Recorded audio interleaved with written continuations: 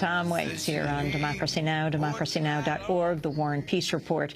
I'm Amy Goodman, and we're talking about the incoming Congress. The House of Representatives turns Republican on Wednesday. Ryan Grimm is the senior congressional correspondent for the Huffington Post. At least they will be in the majority. And we're talking about some of the leaders. Let's go to Congressmember Spencer Baucus of Alabama, who becomes the chair of the House Financial Services Committee. Ryan. Right, and as you said before the break, he said in an interview with a local paper a week or two ago that some people say that the job of Washington is to regulate the banks. I think it's the job is to serve the banks, and he was piled on appropriately so for saying that. When he walked it back, he said, well, what I meant was they should be serving community banks, and they should be writing regulations such that the banks can serve their customers, et cetera. But saying that really does expose the differences between the parties, such as they still exist. And what's crazy is that Spencer Baucus is actually another one of the Republicans in this conference who can be considered kind of a moderate one.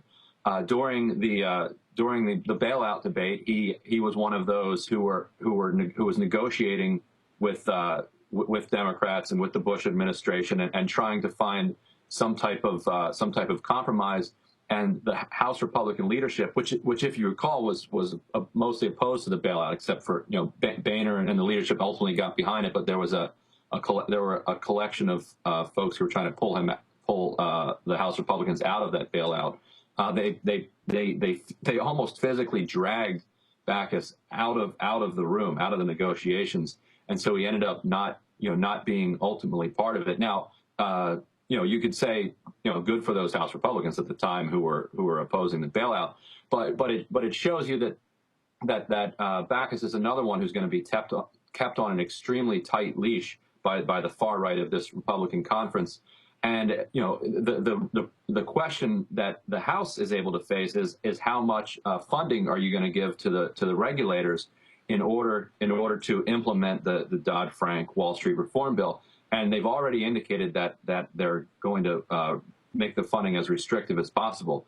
And if you can't hire more folks, then you can't implement these regulations. And the SEC and the other regulators are already saying that if they don't get more money and more staff, then they simply can't put these new rules into effect, which is the purpose that behind restricting the money. Let's go to Hal Rogers, the Kentucky Congressmember, who is going to be head of oversight, known as the Prince of Pork. What did ABC News describe his neighborhood as? Oh, what did they call that?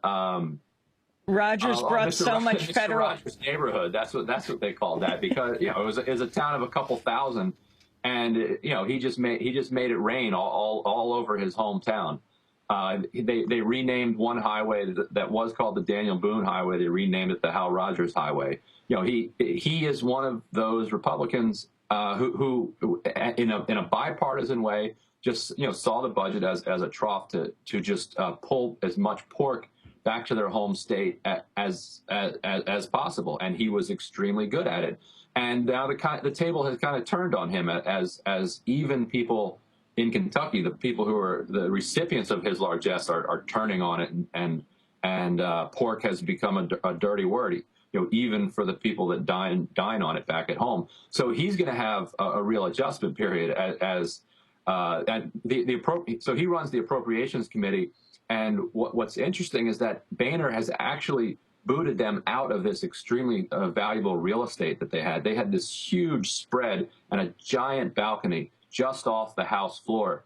Boehner saw that the Appropriations Committee was vulnerable. He wanted that office space, so they're getting bumped to another part of the Capitol. It's not clear where yet. Probably somewhere in the Visitor Center, if I had to guess.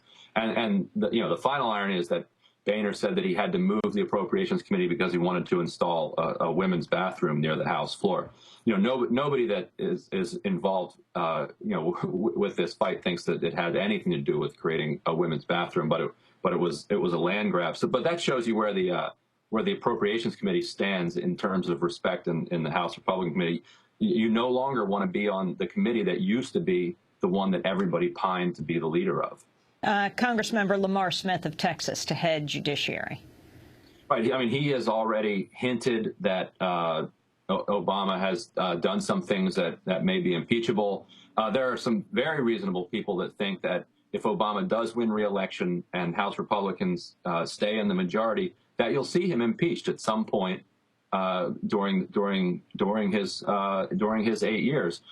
You know, or at least you're going to probably see some articles of impeachment. This is, you know, the fact that they've already raised this as a possibility is something that the administration is watching closely. On broader policy, Smith is extremely hawkish on immigration policy, and so you're going to see a lot of hearings and laws coming out of this panel aimed at undocumented workers. Armed Services Committee Buck McKeon of California was opposed to the repeal of Don't Ask, Don't Tell.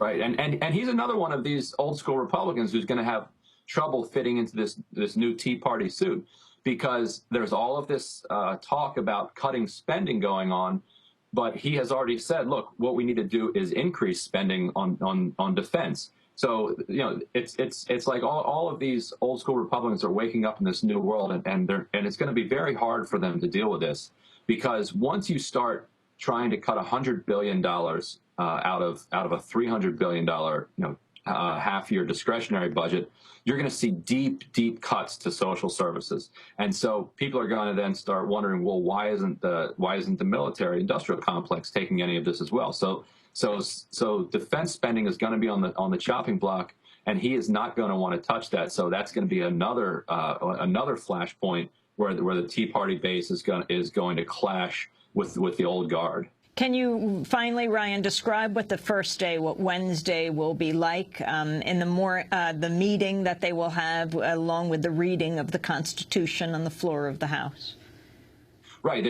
They say they're going to do that as frequently as possible. They're going to start reading the Constitution, and there's some strange parts of that Constitution. I'm not sure if they're going to read the parts that have rightly been scratched out so far or what. But they're already saying that the first week that they're in, they're going to have a vote. It'll be symbolic because it won't pass the Senate, but they're going to have a vote to repeal the health care bill. So that'll show how far we've come.